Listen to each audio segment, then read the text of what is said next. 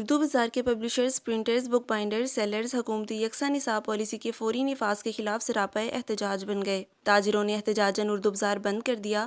فواز نیاز سمیت دیگر قائدین نے کہا کہ حکومتی پالیسی کے فوری نفاذ سے پرنٹرز، پبلشرز، بک بائنڈرز اور سیلرز سب کا کاروبار ختم ہو جائے گا۔ تفصیلات کے مطابق اردو بازار چھاپہ خانوں، پرنٹرز، بک سیلرز اور بک بائنڈرز وفاقی حکومت کی جانب سے نئی تعلیمی پالیسی کے فوری نفاذ کے خلاف آگ بگولا ہو گئے۔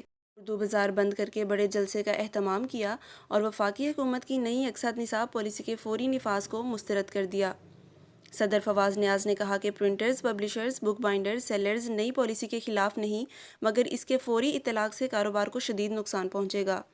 مارکیٹوں سے کروڑوں کی وصولیاں ڈوب جائیں گی، کروڑوں کتابیں ردی کے ڈھیر میں تبدیل ہو جائیں گی۔